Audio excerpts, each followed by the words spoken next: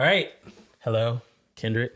Good morning. Yeah, I'm glad we're able to sit down and do another one of these. It's been a crazy week so far.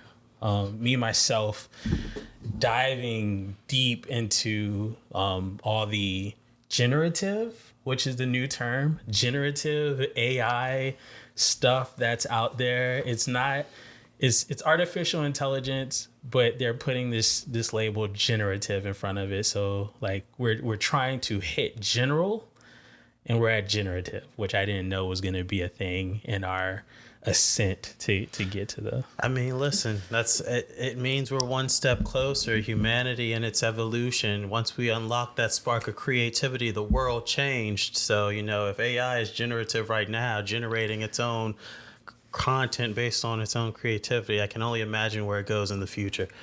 You're right. And it's interesting. I don't know if the sapiens that are currently watching this are aware of Microsoft 365 Copilot that's coming out, where Microsoft is putting this AI into Word, Excel, PowerPoint, and all their other OneNote, Office suite. Outlook. Yeah, exactly. And then you have Mid-Journey, that is this powerful image processing application using generative AI. You have, of course, ChatGPT. You have Google making Bard open to the public and no longer on a wait list. You have Google announcing this new Tailwind project.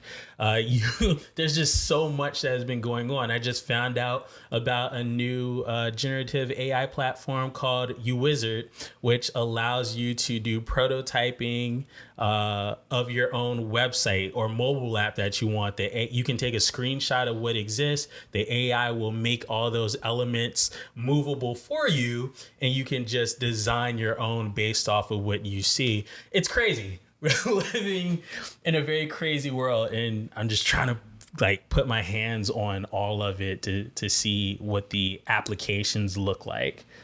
This reminds me, you know what this reminds me of? It's so funny. This reminds me of when humans discovered fire for the first time. Please explain that. That is where we are. When humans discovered fire for the first time and we used it as a new tool, a new modality to cook food, heat our homes, protect ourselves, burn down things. It created a singularity. That was probably the first singularity for humanity if we don't go further back into the whole genetic explosion that happened. But what fire allowed us to do as a species, I think we're hitting another singularity. And as you said before, we haven't hit the general AI. We haven't hit the AGI, the augmented general intelligence. We haven't hit the ASI, the augmented superior intelligence. 2029. 2029. That is what Mr. Kurzweil says. It's when AI surpasses the collective intelligence of the entire human species. That's before he's predicted that we hit immortality, or that we begin to solve for immortality, which was what year? 20. Well, so originally his prediction, Ray Kurzweil, if you don't know, Ray Kurzweil is the director of engineering at Google. He is famed for predicting the future. He's a famous futurist. He wrote a book called The Singularity is Near, as well as other books. He wrote about brain computer interfaces, etc. But he's been deadly accurate, probably one of the most accurate futurists of his time in terms of where we are landing when it comes to different technologies, not just AI. But Ray Kurzweil originally predicted that the singularity, the technological singularity, when you have AI and robotics, nanotechnology, and biotechnology all merge into one, and the technology takes off on like this escape velocity where humans can't predict where it will go next, and everything will change, and society will change, and culture will change, and we will no longer be called Homo sapiens. We will no longer be humans, but our technology will push us toward our next epoch of evolution. So he originally said that would happen in 2049. Okay. Then he pulled the date back to 2042.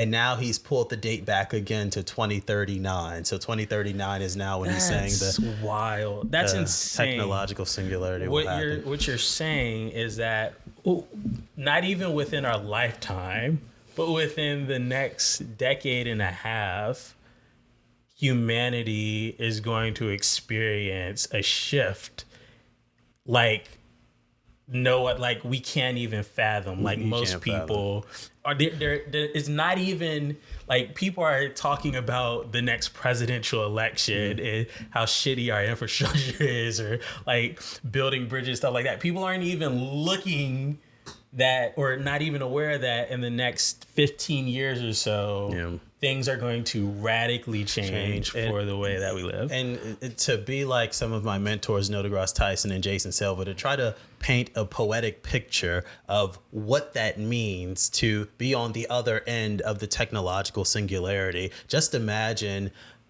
before humans had human language. Just before, imagine what that life was like before we invented language in order to communicate our thoughts to each other. So we are on this side of the curtain without language. We have no idea what happens to civilization once we invent language and we begin to communicate and extrapolate our thoughts to one another through the sound that comes out of our mouth. But then you have the other thing, like I just said, what humans had no idea what would happen when they started utilizing fire. So humans on this side, and then you have humanity on that side. And so we're at this part now, this adjacent possible, as Jason Silva quoted from someone else, where we are entering a unknown. We have no idea what's going to happen. And it's not just about the AI. It's the AI information technology, but it's also what it does to biotechnology. It's also what it does to quantum computing and the advances in quantum computing. It's also what it does to medicine, genetic technologies, biotechnologies, what it does to robotics. It touches every facet of our civilization right now. And information technology grows at an exponential rate, and humans have never been good at tracking exponential progress. We're good at linear steps, the 1, the 2, the 3, the 4, the 5. With exponential, you have the 1, the 2, the 4, the 16, and so on and so forth. So it's going to get crazy.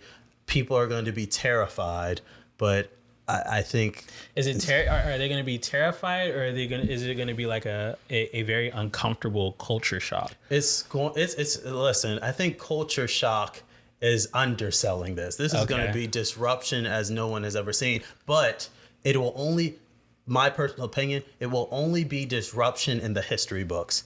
I think when you start looking at our generation, when you look at Generation Z, when you look at generation after that, what is that? Alpha, I forgot what the generation after Z. I don't know. But we're used to technological change happening very quickly. We're used to our iPhones and our Android phones making massive improvements from year to year. So I don't think this shift will scare us as much. But if you look historically throughout how technology has evolved through time, anybody reading that history will get to this point now and say, oh my God, like, to be able to predict what may happen, humans are going to kill themselves. We haven't killed ourselves for the last 275,000 years. I don't think this is time to start Paul revering through the streets. Like, this is the end. The singularity is coming. The singularity is coming. And making it the boogeyman, so to speak. So with all that being said, we're currently like in it. You're just in it. You better just put on your seatbelt, lock in, and enjoy the ride, and try and use and touch as many of these new applications that you can. I've been doing my due diligence and I do my best to try and use social media as a tool for education, as opposed to just like something where you go and you get distracted. So I've been consciously going in and following people that have their finger on the pulse of this news, so I can know exactly what's coming out and what's happening. I would recommend that if you want to know everything that's going on, you can go to Instagram. There, if you just go into the search bar and type in like AI or something like that, there's reels that'll pop up. You can follow those people, and they're talking about. I mean, honestly, you talk about Instagram. I would go even further. I'd say anything with an algorithm. Well, true. TikTok, Any social media Instagram. platform with an algorithm that tracks what you're watching and feeds you that same energy. TikTok, Pinterest, Instagram, Facebook, like all those platforms you can use to educate yourself. I think Medium, if you're into blogging, I think Medium does that same thing. YouTube, definitely a powerful search engine tool. So we're headed forward. And then artificial intelligence is going to get to the point. Well, it's getting to the point now where like it's making us more productive animals in society.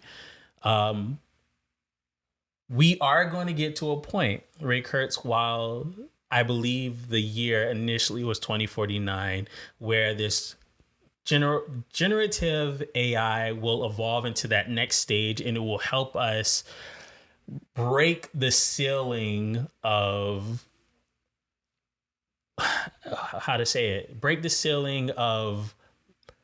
life expectancy. So right now, we've gone from like hundreds of years ago, the average life expectancy being 35 years to today, where I think the average life expectancy, based on where you are, I think in the United States is somewhere in the 70s, is either like 75 to 79. But we're going to go past 65, that. 75, yeah. Yeah, we're going to go past that. What does the world look like? Because then we're talking about potentially being an immortal species like jellyfish. What does the world look like for an immortal human? I don't know if you know how we get there, like what the blueprint is, what the roadmap is for that, but that in itself, like when you're able, like forget about like watching the typewriter go to a personal computer and now go to these devices that we have in our hands. When you're able to live for an additional 250 to 500 years, you're watching humanity like explore the cosmos. Like it's complete. We're folding space in on itself to travel great distances. Yeah.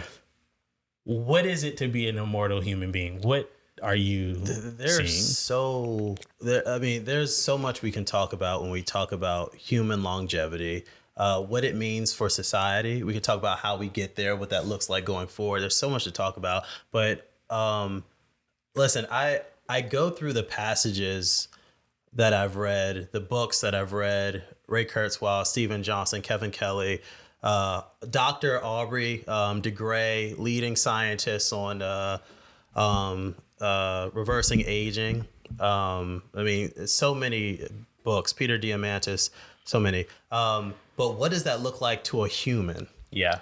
I mean, you have to realize that's a huge psychological shift. It is. Because, even scientists today say that humans do not want to live forever, because to know that you will live forever means that you, it will not put a fire under you to There's do a anything. lack of urgency. Because you know you have time. And I think that's absolutely false. I actually disagree with the scientist who said that. I don't think time places urgency in few people. I think there is a urge to be creative. There's an urge to make something new. There's an urge to invent. But what does that mean for humanity? Listen, if I live an extra 100 years, it's more than just me living an extra 100 years. It's also about what technology does in those next 100 years. Yeah. Like you extending your lifespan, please understand this, because I think this is a misconception. Anytime I ask somebody how they feel about extending their lifespan to 100 to 150 to 200, I always get the same answer back of, well, one, why would I want to live in a frail body? And once again, not understanding that we may have the technology to actually halt your aging, period. Biologically. So you could be in your prime. Then there's cybernetic enhancements that can give you better physical capabilities, mental capabilities, psychological capabilities. That's also known as the ideology of that is known as transhumanism, which I am also affiliated with transhumanism. But there's that aspect of living forever. But then there's technology's impact on society. So me living an additional 50 years, I'm not dealing with in 50 years the same technology that I'm dealing with today. Sure. A whole new realm opens up. Quantum computing may be in everyone's household where we can script our own medications, or script our own new type of foods, or I don't know, past quantum computing, robotics may have evolved in the next 50 years to where I'm gonna get in trouble for this. Maybe we're not having relationships with other Homo sapiens, but we're having relationships with machines that understand us on a mental, psychological level better than any other person could. We're starting to see that now with generative AI. Yeah, and then you have those movies like Ex Machina, like Her, Transcendence, one of my favorite movies. Where the algorithm knows you better than you know yourself and know you better than any other person can know you. Of course. And so it's our relationships. It's the technologies that we engage with. We went from driving horses to traversing the skies in airplanes.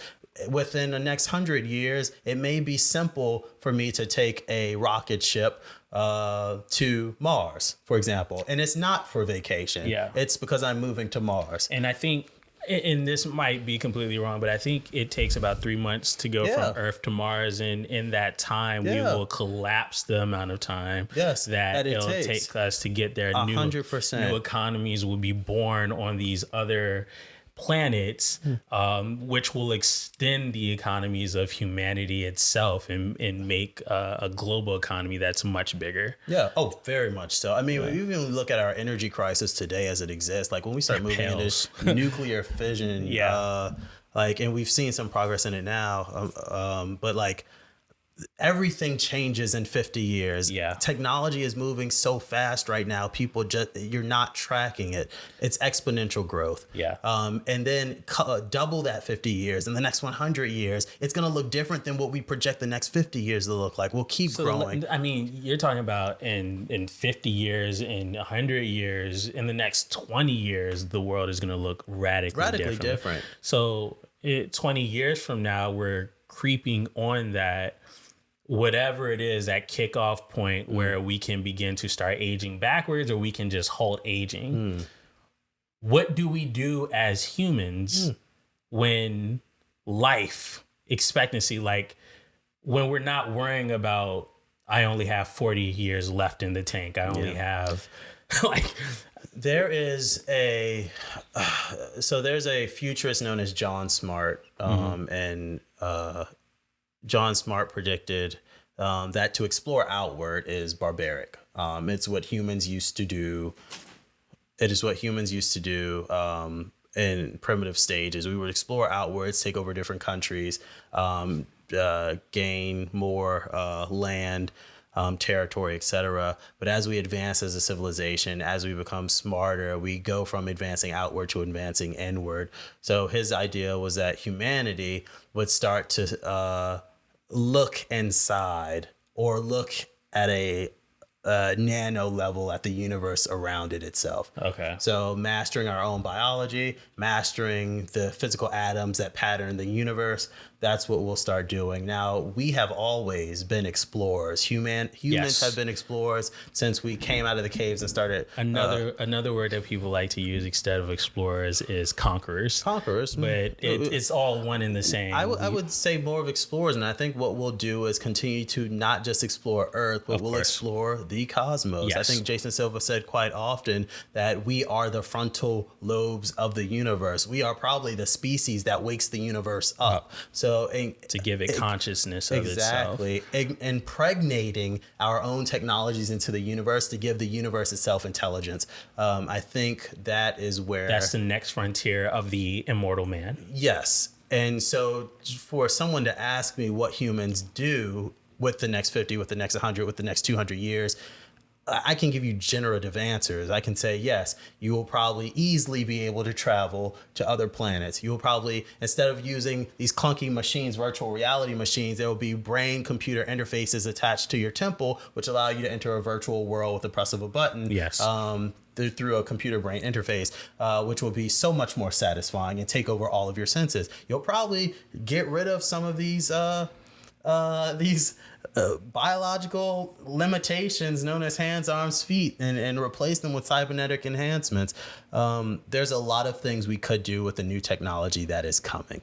So in terms of what we'll be what we've always been. We'll be humans, we'll be explorers, we'll play with our technology, we'll push the limitations of what is possible. Yes. We will push our technology forward, and our technology will push us forward, because we have been in this dance, this cyclic dance with our technology known as a feedback loop since the time that we started creating or using our opposable thumbs to create these new technologies. What would let's get personal here. What would you do with an additional 500 years? I mean, you're still a kid, which is crazy. In the grand scheme of things, you're still a kid. Yeah. And if we're saying let's zoom in a little. Forget 500 additional years. Say we're able to give you 150 more years. What do you do? What does that look like? For me, I build.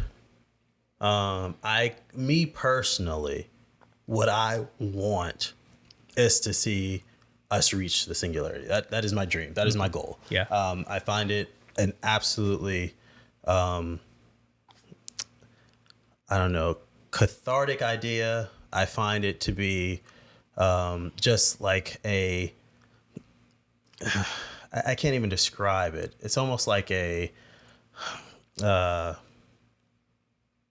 can't describe it. It's overwhelming to me, the idea of a singularity. Okay. It's something that I reach up toward and hope that one day we do actually achieve. So even if we hit the singularity, even if I'm 150 years old, I want to keep pushing. Okay. I want to keep pushing the boundaries of quantum. I want to build businesses. I want to create companies that allow us to push our limits. I want to explore the cosmos and give and continue to impregnate it with intelligence. I would like to work with a foundation on the earth that would like to turn the sun into a Dyson sphere. Yes. Yeah, like that's. I would like to create a space station like the one on Interstellar, where they're just traveling through space. At certain checkpoints. I would like to ultimately, I would like to go into the center of a black hole and see what is waiting for us there. Does that allow us to escape this universe and enter a different one? I'd like to escape this universe or escape this dimension. This universe. That's a whole nother conversation. The dimension is a whole nother conversation. But like, I just want to continue to build. I want to continue to push the limitations of what we're capable of. I want to push the limitations of our own universe. We get down to the atomic level, build nanotechnologies, build quantum computers. I mean, when we get past that, can we get past that? Like, what does that mean for us? What are we breaking? What are we creating? So I want to continue to enhance human intelligence and our ability to explore. But I mean, that's me. My question is, what would you like to do in 150 years? There's a lot. There's how if I had an additional 150 years, I think what I liken it to is when we watch these movies like Underworld and these vampire movies and stuff. Like, you have these vampires that live for such a long amount of time that they generated a stupid amount of wealth, just because at that point you can execute patients and things aren't as risky as they are before. So I think if I have a larger life expectancy, I'm very conservative when it comes to taking risk. Like, I don't like taking a lot of risk at all. Me and my friends were in Maryland. I was with my best friend and his cousin in Maryland, and they were just walking over a log to get from one side of the park to another. It was a log that there was a river underneath it. And I would not do it, because I was evaluating the risk of me falling in and something happening. If you extend my life expectancy Though those things could still happen, you could get hit by a bus and die. Certain things could happen, you could die. I think I would be a little bit more riskier in what I would do. I would put my money and think I would have put my money in Bitcoin without second thought back in 2008 or 2007 because I have time to recover. I would want to go into the the army thing that Trump put together, the Space Force. Space Force. I want to get a commercial driver's license to drive things out in space. Like, honestly, that is one of my goals of something that I would want to do is be able to drive vehicles or whatever out in space. I would learn. I would find more things to do, more areas to tackle and learn. I would build businesses that redefine what capitalism means today in our society with this technology. Yeah, I think I'd just be a little bit more riskier if I had a longer time, and I would enjoy my family more, I think. Yeah. So as of right now, that's... Now, I will say, because I run into this often when you talk about life extension, life expectancy, you've got people right now who are probably watching this who stopped it once you got into 50 and 150 years. And when we talk about how we get there, actually, we haven't had the conversation of how we get there. Yeah. But they stop this for a minute and they say, hey, we may have those technologies. AI may be able to get us there. Quantum computers may be able to allow us to get these types of medication that's personalized and help us reverse aging or slow it down. But it's going to be too expensive. Okay. Yes. The everyday person who will not be able to get it, and it'll only be for the wealthy of the world. Yeah, I've heard that argument. And so, I mean, I now disagree with this statement. I've had many counter arguments as to why the medication or the treatments won't be expensive. But what are your thoughts? I'm curious on this.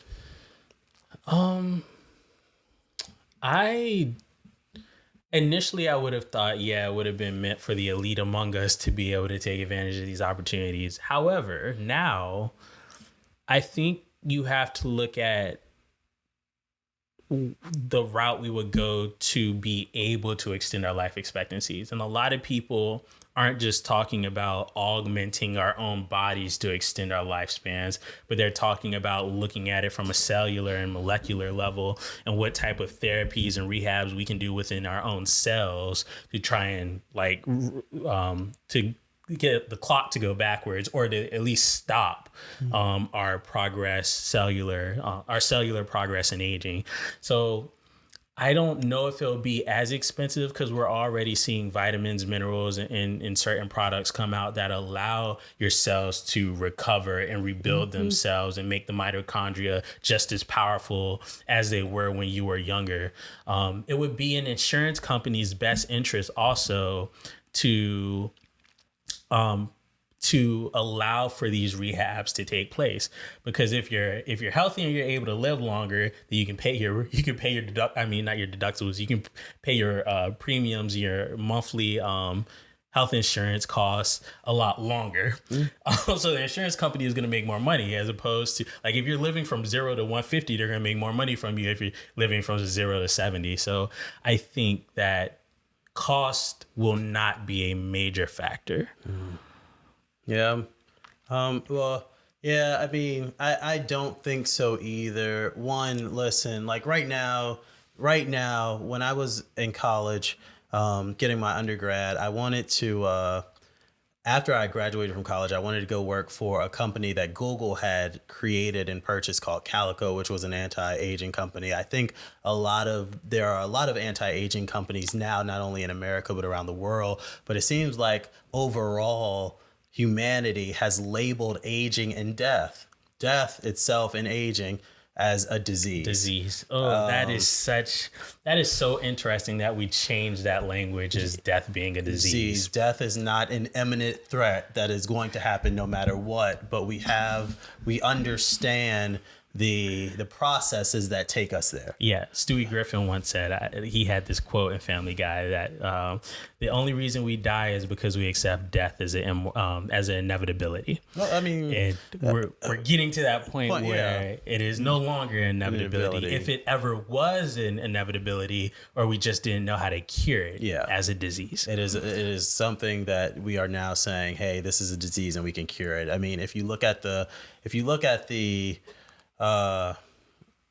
science of it, I know there's the hallmarks of aging. So you have the 9 hallmarks of aging. Yeah. And I can't rattle through all of them. I know one is epigenetic disruptions to your genome. I know one is telomere attrition. One is your genome, having damage to your genome. There's about 9. There's probably 5 more. Yeah. So we are looking at this from a cause and effect symptom level, I guess is one way to say it. And so if we can reverse these things that are happening, then ultimately we can stop or reverse aging itself. But again, these are on the cellular level. When we're talking about telomeres, like it's because of the unraveling or the shortening of our telomeres. Yeah, of the telomeres. Being able to rehab that or stop those telomeres from shortening in general. So just for the people who don't know, when we talk about telomeres, in your cells and your nucleus, you have your DNA at the end of your chromosomes. At the end of your chromosomes, you have caps. They're like shoelaces. And so those are your telomeres at the end. Like the plastic things on the end of your shoelaces to keep them from unraveled. Yeah. And so these are at the ends of your chromosome. So as you age, as your cells divide, they get shorter and shorter, and it's theorized that also is one of the hallmarks of aging that lead to you it's one of the hallmarks of aging. It's one of the things that lead to you aging. So reversing that would help you theoretically live longer. But for those of you who weren't sure what we were talking about when we say telomeres, that's what they are. So we're all the things, the hallmarks of aging that you talk about are identifying things on the cellular level that we're looking at. Yeah. Solving for. Yeah. Yeah. And there's other theories. Dr. Aubrey de Grey, instead of the 9 hallmarks of aging, he has the 7. It's a clever thing. He calls it the 7 deadly hallows. You could call them 7 deadly hallows. It's 7 deadly something, but he has, it's almost like the 9, a lot of them mix, but he just condensed it into 7. But yeah. And so with that information, we create therapies. With the information, we create stem cell therapies, other type of therapies, maybe some type of elixirs or drugs that can target each one of these individually or target them as a group. Yeah. Now, the misconception is that you're going to be sitting in a chair with an IV in your arm, getting your anti-aging soup, your cocktail. Yeah, that's going to help you reverse your aging, and they're going to charge $5,000 per bag, and so the average person won't be able to afford it. I think if we look back historically, I don't think that's going to be the case. I think you'll have individual medicines that'll have individual effects on the human body wrapped up in a drug that has nothing to do with anti-aging, but the effects of the drug can help with anti-aging. If you look at metformin, which is used for diabetes now, that's one of the drugs now that they talk about can help you live longer. And so some people, Dr. John Sinclair, I believe, he's a professor at, I forgot the school he's at, but that was one of the drugs that he was taking. He's not diabetic, but in order to help extend his lifespan. And so I think the effects of the drugs will limit some of these hallmarkers, which will extend your aging, but then also realize you're not going to know if your life has been extended. if your life is extended by a year, you're not going to know unless you're 99 years old and you make it to 100. Then maybe theoretically your life was extended, but you're not going to start realizing that your life's been extended till you probably hit 95, 100, 110, 115. You feel like you're 60. And you feel like you're still in your 60s or 50s. So like, even if we start extending people's lifespans, you're not going to know. This is going to be something that happens under the cradle of society. Yeah. Like it's going to happen to us in the dead of night. In the dead of night. Yeah. And maybe there'll be companies who promote certain drugs, and the science and the research is there to back it. We have the molecular data and structures that show how it affects your body, and you can see it, but no one is going to actually know. This is different from a medication or a drug that can reverse fatality. Yeah. Or what is the word I'm looking for? Not just fatality, but trauma. Reverse some type of physical trauma that causes death. Like you in a hospital because you've been hit by a car. They hit you with this drug and then your bones heal. Yeah. This is different from that. We're talking about minuscule or over time drugs that allow your cells to stop. Yeah.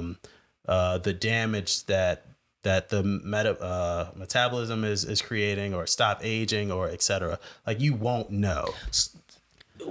Which is all great. You're talking about this, and the first thing that comes to my mind is, how does this change the dynamic of family?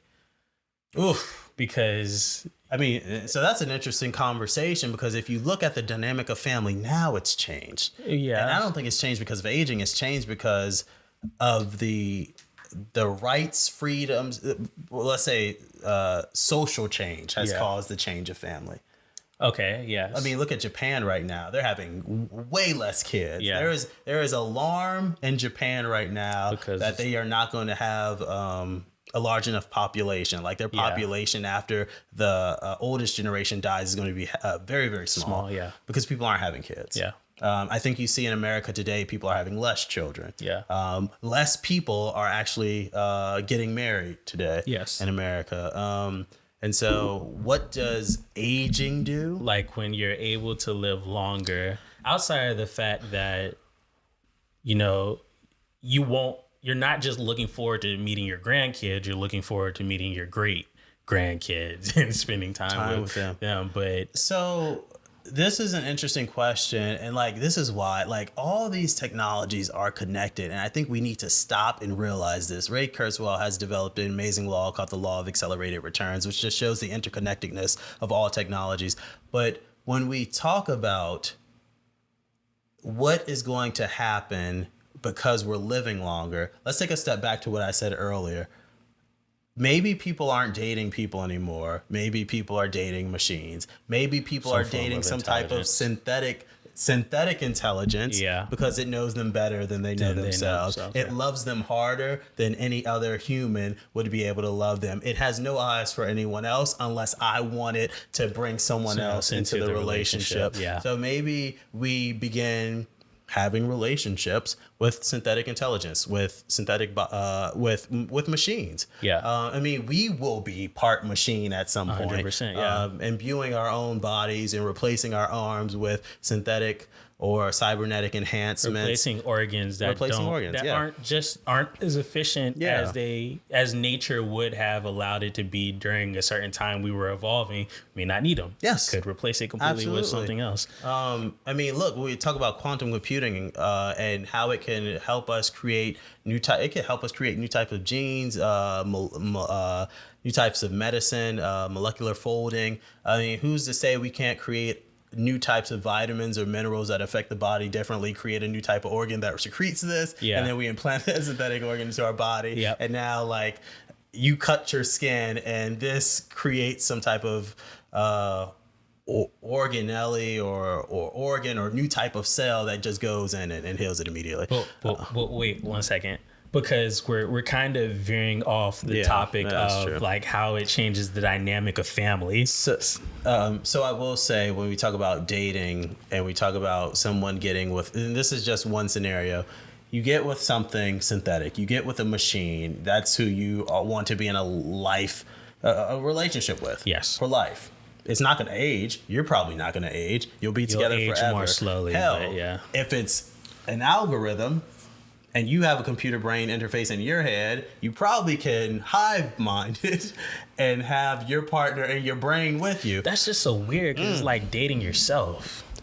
I mean, it's not dating yourself because it could have its own personality programmed into it. It could have its own personality, but if it's spending a lot of time with you, but we don't know. I mean, yes, yeah, that's true. But you should be able to diverge its personality and make it a little bit different. But we don't know what love will mean then either. That's true. Love could mean something different. That's so cool. Yeah. What did humans loved each other, but how did love shift to when we started having pets? When man made dog its best friend, how did our love evolve over to a canine? Yeah. So like our love for canines are strong. Our love for cats, strong pets. Yeah.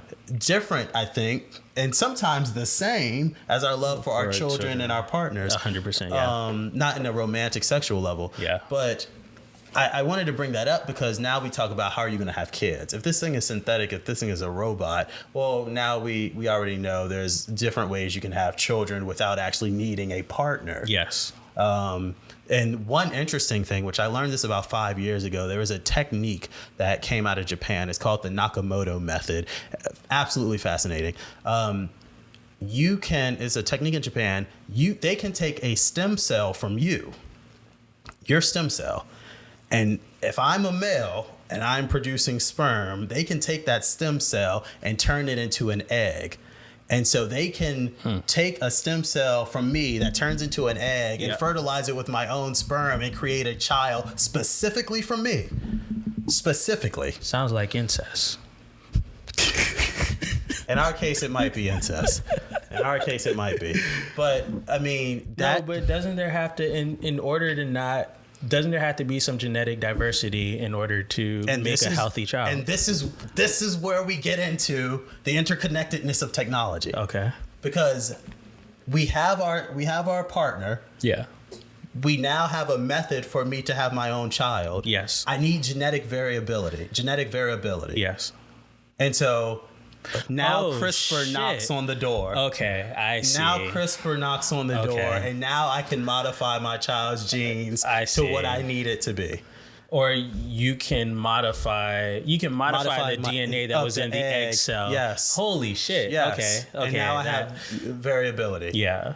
I can have literally, if we talk about what the future can look like, I can probably have a child that looks biracial, probably looks half black, half Asian. Yeah. I can have another one that looks fully black. I can have another one that looks mixed with genes of someone. It has a genetic favorability to somebody who may live in the Middle East. It doesn't matter. Our ability to play with our own code. Yeah.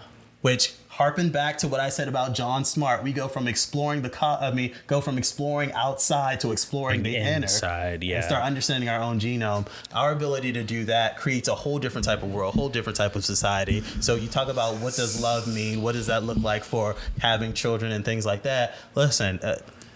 I mean, and this is just one lane, and that's one lane. I know you are in the whole transcendence, Dr. Will Castor type love, but there are some people that may be romantic to the idea of staying with the human organism, and they want to partner with human organism. And there have been plenty of objections to immortality from people who we've talked to that said, I wouldn't want to live for a long time because I have to watch all my family and friends die. But when you have a partner that opts in to extending their lifespan with you and you have that family, how does I mean, that's really forever at that point. Oh yeah, that's forever. That's forever. Yeah. How can you foresee the function of family changing? Like, are people even going to want to stay with this social contract of marriage?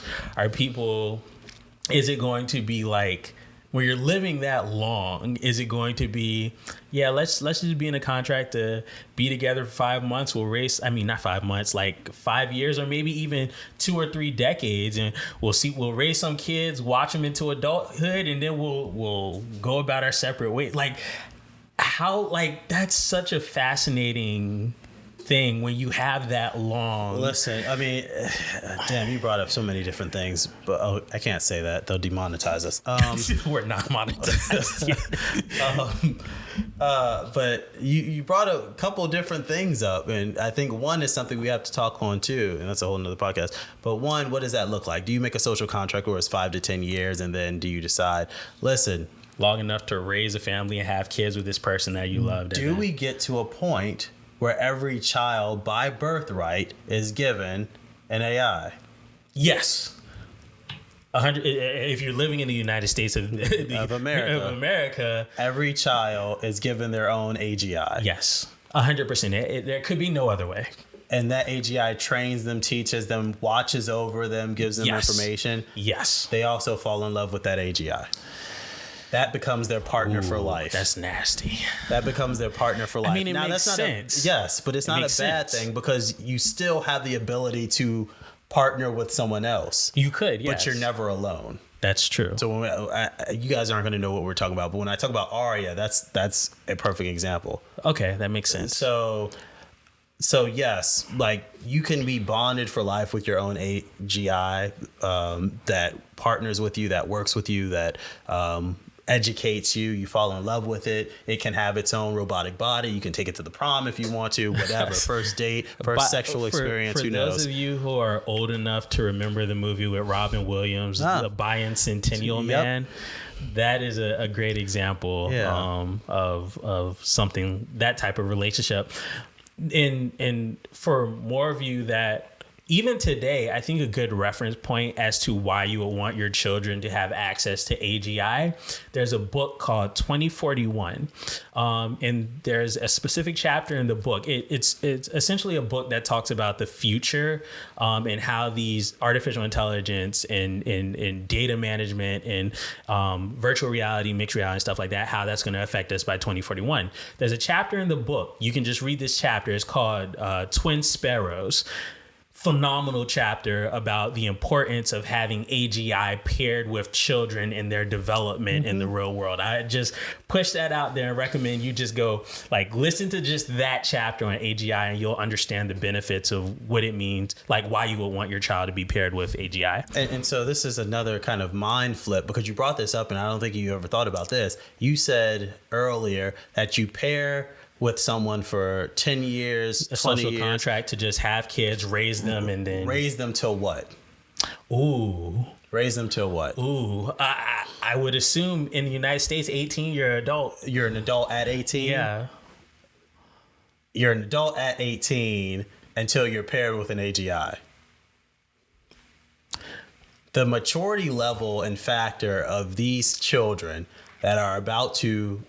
Oh, the next generation that are born with these AGIs that can curate how they're taught, how they learn, and that AI can still keep them on discerned path. From fake news and dangerous information. But keeps them mature, keeps them honest, keeps them on the right path. Yeah. Like, I'm not saying everybody's going to be a saint and there'll probably be some bad actors. Of course. But the maturity level of children in the future are going to be way higher. Well, that's true. Like, you will have 15-year-olds who have the maturity and the insight and the knowledge that can probably run companies. Critical thinking skills developed through that consistency of having that AGI. And even if the brain isn't fully developed, that's why, because I know somebody's going to push back and say they're not going to be fully developed. They're not going to be ready to leave their parents' house. You have just paired them with one of the most intelligent things probably in our solar system.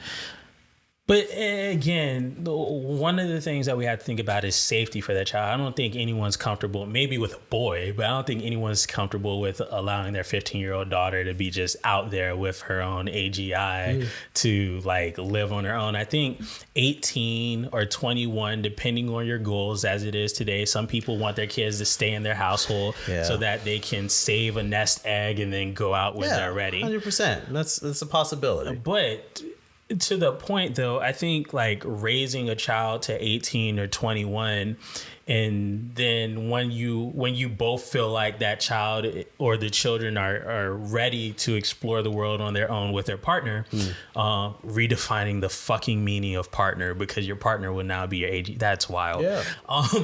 But I think that's that's different, but you can still have that social contract with your partner to say, hey, we gave this 25 years. I love you. I'm going to love you, but let's explore something else at this point. Yeah. That's so I had a conversation with one of my friends because we want to talk about partnering up, and as though marriage has been written and universally as like this natural law that has to happen.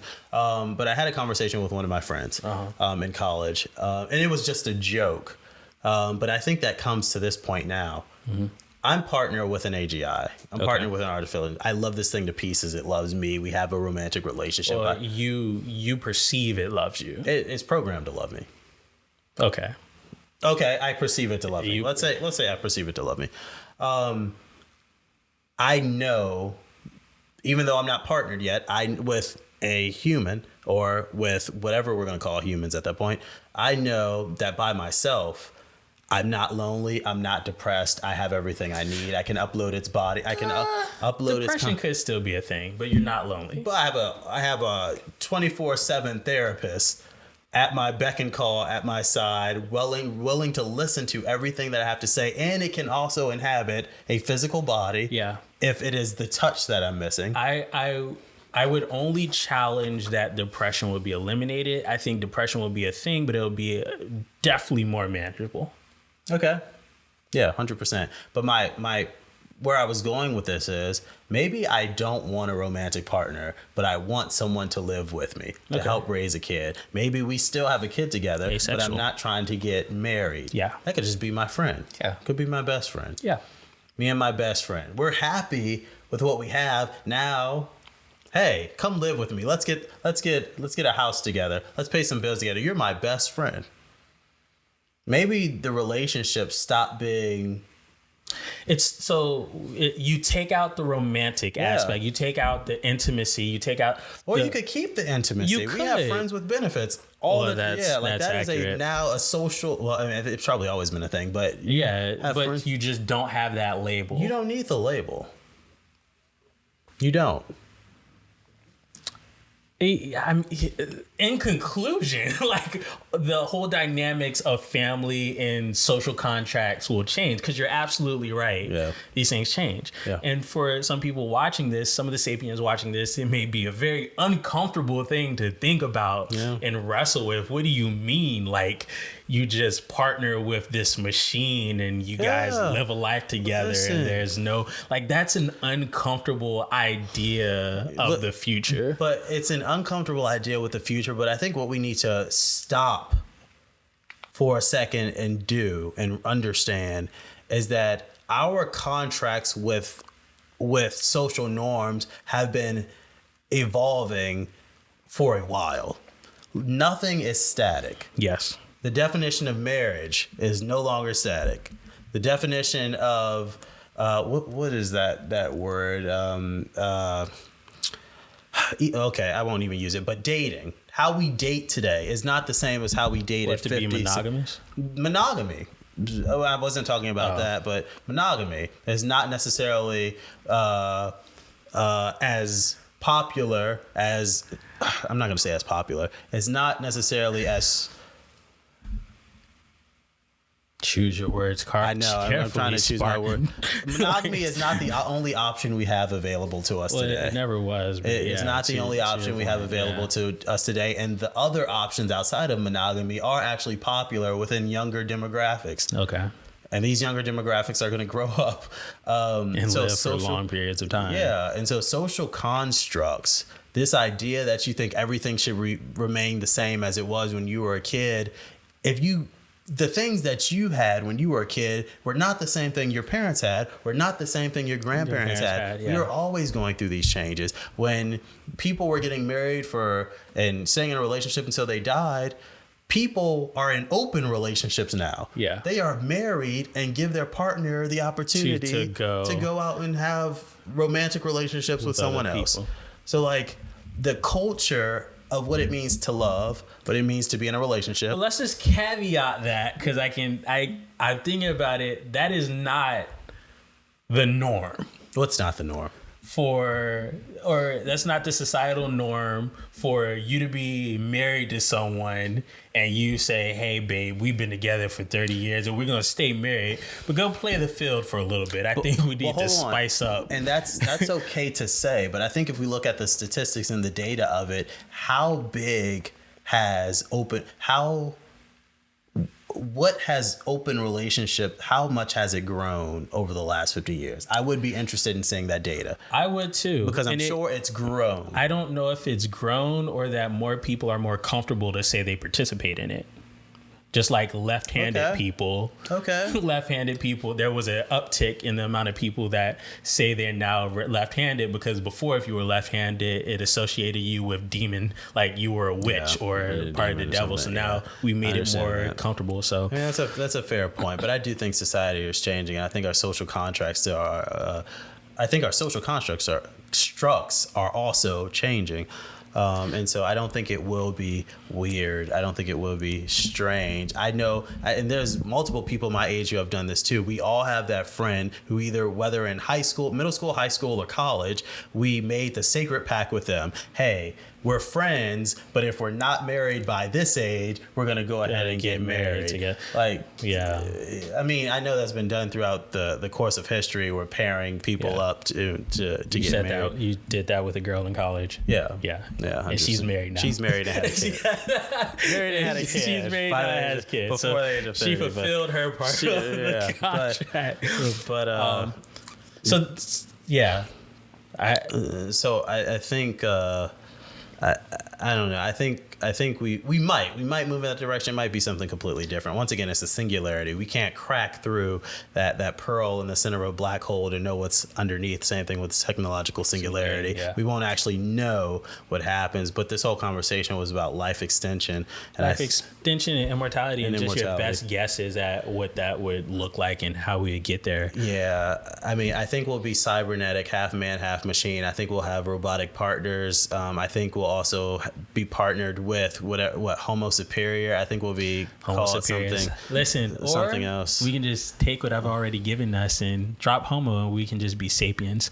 But that's my thinking, that I'm going to make this term popular enough for people to want to adopt it as the next phase of evolution. Anyway, so space exploration, Dyson spheres, space travel, nuclear, like powering the entire planet, our research in nuclear fission, nuclear fusion, AI goes from AGI to ASI because you partner the machine learning techniques that you have today with quantum computing, and which completely allows it to explode in ways that we never thought we unsupervised learning tied with quantum computers is just is going to be ridiculous. Absolutely ridiculous. The amount our lives still in the virtual realities. Listen, I think it's absolutely fascinating that because Facebook decided to stop on their journey they haven't decided to stop, but because they're not pushing the metaverse as strong as they are, now you don't see the agenda pushed on YouTube. Yeah. You got all these people talking about AI, but ain't nobody talking about the metaverse. They stop talking about the metaverse, and I guarantee, give it about 10 probably more years or less, and it'll hit. 5. It'll hit. Yes. Give it 5. Yeah. It'll hit. HTC Vive just dropped the XR glasses. And it's never about to a certain degree it is, but it's never about the hardware. It's always about that application. Yes. The application takes people there. Yeah. I mean, we talk about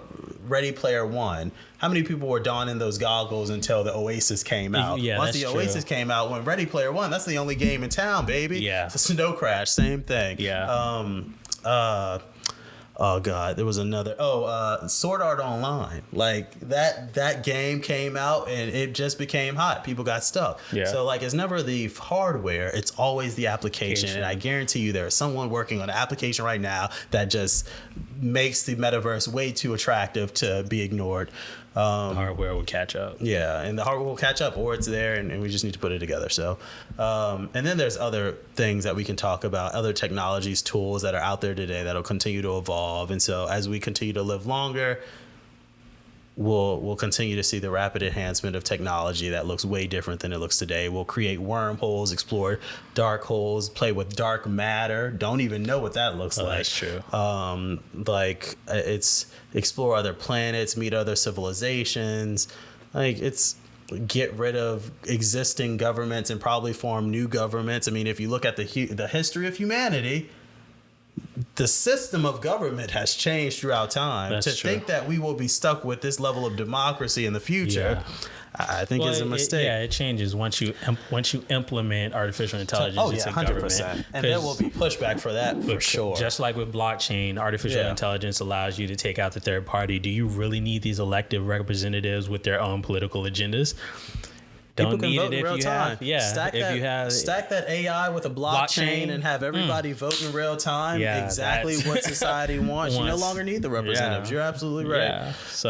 So yeah. But in that vein, in order to just conclude this conversation, if you had to leave everyone watching this or listening to this, you had to leave them with one thing I guess they could do in preparation for like the immortality or positioning themselves to be able to be like, hey, I may want to take part of that. What can I do today with my body to make sure that I can make it?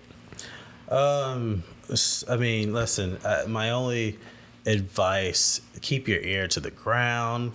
Not like, I think we said this in an earlier podcast. Don't just follow the trends that are popular in the moment. Biotechnology is growing at a rapid pace. Very, very rapid. Ever since the Human Genome Project, it has completely changed how we think about medicine and how we think about human longevity, how we think about the body and disease. Keep your ear to the ground on that. There's so much literature. There's so many videos that explain where we currently sit in that realm. And so try to... What about like drink water, stop drinking alcohol? I'm getting to that too. Yeah, I'm getting to that too. So one, like keep your ear to the ground because a lot of this stuff, a lot of this advanced technology that we're talking about may happen in the future. Some of that stuff is here right now just in somebody's research lab. This is number one. Number two, take care of your body. Like take care of your body. Like I understand sometimes it can get away from us, but trying to walk every day, trying to go run, go to the gym, like some form of resistance training. You do not want to be 40 years old with the body of a 60-year-old. Like moderate the alcohol you're drinking. If you're out every night getting plastered, wasted, and then you end up on an episode of Law and Order SVU or Hangover, and I don't mean like something bad happens to you. I just mean you're blacked out and can't remember what happened the next night. Like think about your brain for a minute because the studies do show that it has a detrimental effect on your mental. Not just alcohol, but other things that may affect your brain. Not saying not to smoke marijuana, whatever the it's a free country. Do whatever you want, but just understand. Yeah, if you want to understand like what you should be doing and want to keep your body healthy, just come on, limit the intake. Limit the intake. Moderation. Resistance training, drink some water, and limit the intake of some of these other things. Said resistance training like that's the only thing. Like resistance training, I would even say some aerobic training. Increasing your VO2 max, increasing your cardiac output, trying to achieve some level of bradycardia. I know that's a little bit advanced. Going too deep into it, I'm sorry. Athlete's heart. And also vitamins and minerals. Yes, extremely important. We just saw some videos on that. Like you have marathon. Why do you have people who run the marathon who are absolutely killing it in an aerobic standpoint, have a strong heart, no plaque in their veins, no cholesterol, diabetes, but they're not living over the age 90. Why is that? So listen, vitamins and minerals definitely help the body continue to go. So yeah, just stay healthy. Keep your ear to the ground. Try to do your own research. ChatGPT, like pull up ChatGPT, say, I am this person at this age, at this height. My body weight is this. I eat these type of foods. I want to be, I do this type of exercise, or I don't exercise at all. I want to be healthy. What should I do? And let ChatGPT just start you in the right direction. ChatGPT is not always accurate in the information it provides, so I would actually cross-reference it. Use ChatGPT, like you said, because it's the answers are amazing, but at the same time, cross-reference that information with using Google's Bard, BARD, its new generative AI platform that's supposed to be the competition for ChatGPT. And you can look at both of those answers and try and find something that works for you based off the information you give both these platforms. So that's just my little disclaimer there. But anyway, thank you guys for watching. This has been a very good conversation. If you have any input as to what immortality may look like in the future, leave it down in the comments. I would definitely love to read that. But yeah, until next time, Sapiens, we'll talk to you later. Bye.